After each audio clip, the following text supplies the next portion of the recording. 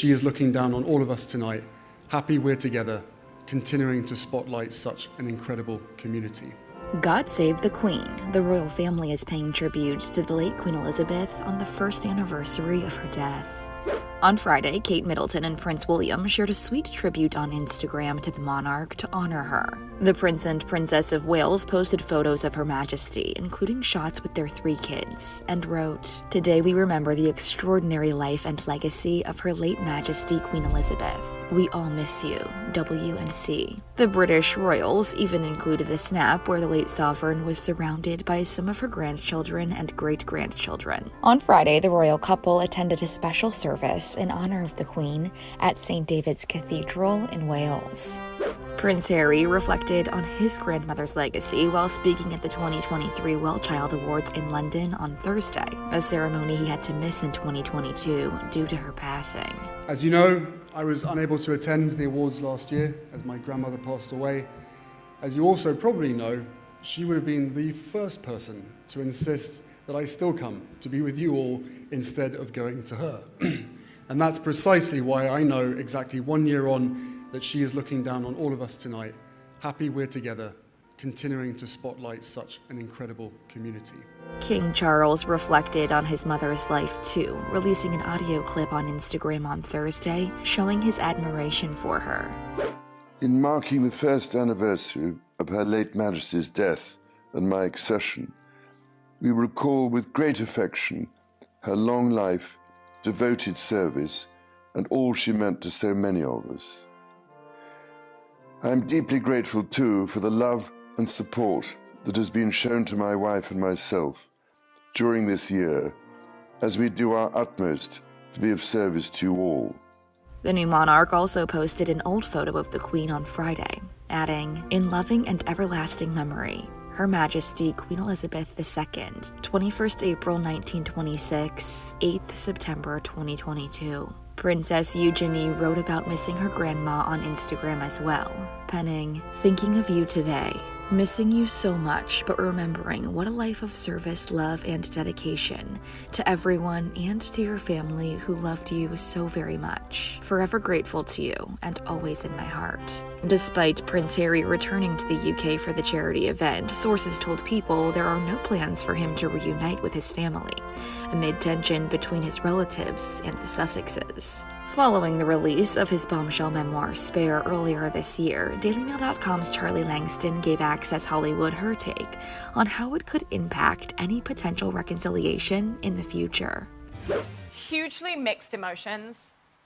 I think anyone who has seen their name dragged through the mud by a family member in such a public forum couldn't help but feel huge amounts of hurt, betrayal, but also anger, especially because of all people, Harry is very much aware that senior members of the royal family are bound by certain rules that prevent them from acknowledging attacks like this. Only on very, very rare occasions will the palace comment on allegations, accusations, rumors, and so on. And even when they do comment, it is a very short one-line response.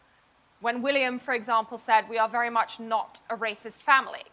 When Buckingham Palace issued a statement about the Oprah interview saying that recollections may vary. At no point has anyone inside the palace walls been given the opportunity to defend themselves, and Harry knows this. In one of his TV interviews to publicize the book, he parrots the fact that the royal family's motto is never complain, never explain. So he knows that their hands are tied and that there is very little that they can do to defend themselves. So he is effectively shouting attacks at his brother, at Kate, at Charles, at Camilla, all of whom have metaphorical tape over their mouths. And that is the written version of kicking someone when they are down. Right. Yeah, like they literally can't defend themselves. What's the interview you just referenced, just so we know the one? The 60 Minutes interview with Anderson Cooper, which they've aired an advanced clip of. Okay, sounds good. And then last thing, because I know you have to go. After all of these bombshell claims, do you think that Meghan and Harry have just totally ruined their relationship with the royal family? Is there any way they could ever come back from all of this? You know, I think the relationship between the Sussexes and the royal family was destroyed long before the book was released. I think that Meghan and Harry had reached a point of no return months ago. I think the book is just yet more evidence of why they can never be welcomed back into the royal family. What has been proven by the Sussexes time and time again is that there is no end point.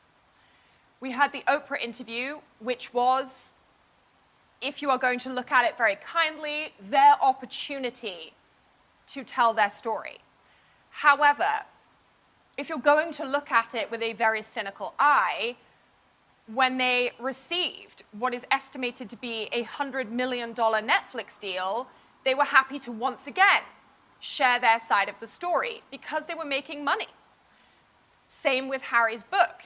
He received a very handsome publishing deal, millions upon millions of dollars, that paid for all of the information that you are going to read in its pages. As we understand it, Meghan is going to follow suit and publish her own book, which will no doubt rehash many of the accusations and allegations that we've already heard, and who knows, it may well include further bombshells. So while the royal family may have been willing to give Harry and Meghan a certain amount of grace after the Oprah interview, at this point, how do you even begin to try and repair the relationship? Because as we've said, they can never trust that private conversations that they have with Harry and Meghan won't make it into the pages of a book, won't make it onto the screens of a Netflix documentary. The trust has been irrevocably broken, and I don't think that that is something that can ever be repaired.